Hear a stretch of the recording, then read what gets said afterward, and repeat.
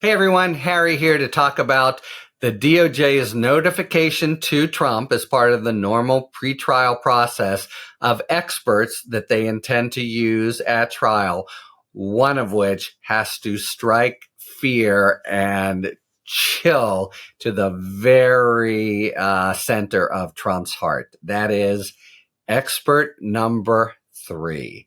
Expert number three. I have to expect that Trump just didn't know this was out there, and it's a good reminder that yeah, Trump is the former president, he's powerful, but we're talking about the Department of Justice, the current federal government, and all its investigative tools now arrayed against him. And in particular, they have an expert who was able to analyze Twitter data.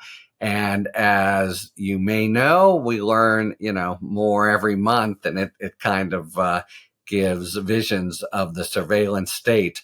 If the government knows where you're logging into, it knows a lot. So we have, as an expert, someone who, we're told, can analyze all this Twitter data to know what Trump was doing with it, including did he send out some of the not just incendiary but threatening messages involving the Vice President Pence, and what was he tweeting and drafting, etc. But it doesn't stop there, because once they're able to get in, this expert's going to be able to testify as to Trump's whereabouts on January 6th. You can follow him the same way, you follow someone who's given them your location. So presumably, they'll know he's in the TV room just looking and,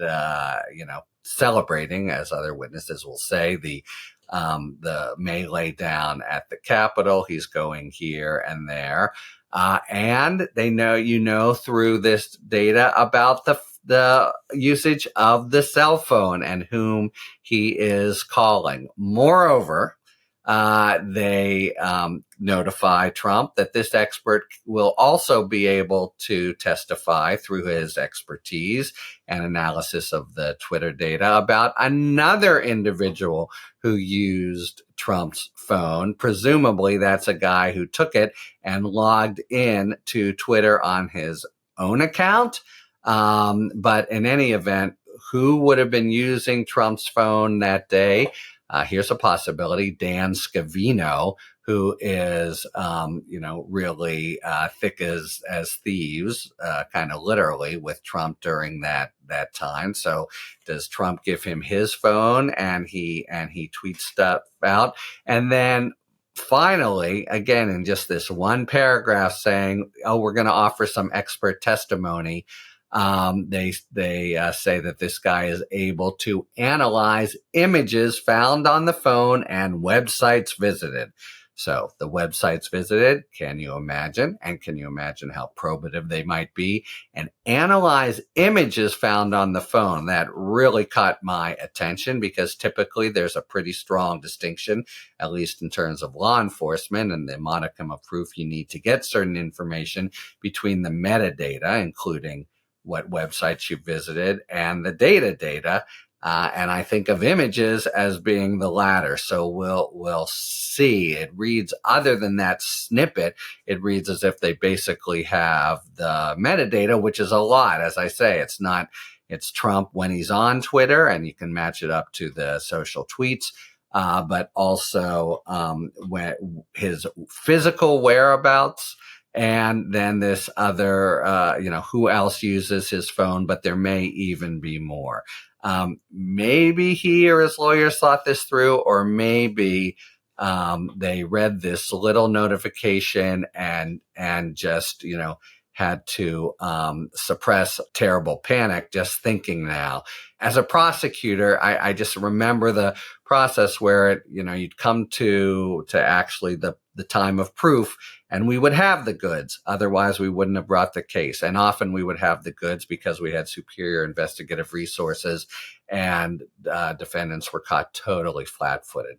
In the same way, Trump now knows that among other things, he's got to be very careful about what story he tries to tell, because there will be very vivid ways to rebut it, including knowing his physical whereabouts, and those things are precise, during not just January 6th, but they expert notification says for the weeks before. So this is really, hanging over his head and the head of his lawyers as they try to figure out their defense. And, it's again, just the way in which teeny little legal maneuver that would normally have no, public interest at all has not only legal significance, but even political significance, in the sense that it makes the proof stronger, makes Trump's defense plans more complicated, and factors into the possibility of a conviction before the November 2024 election, which is, for many people, a lot is riding on. Talk to you later. Thanks for tuning in. If you enjoyed this video and other Talking Feds content, please take a second to like and subscribe. Talk to you later.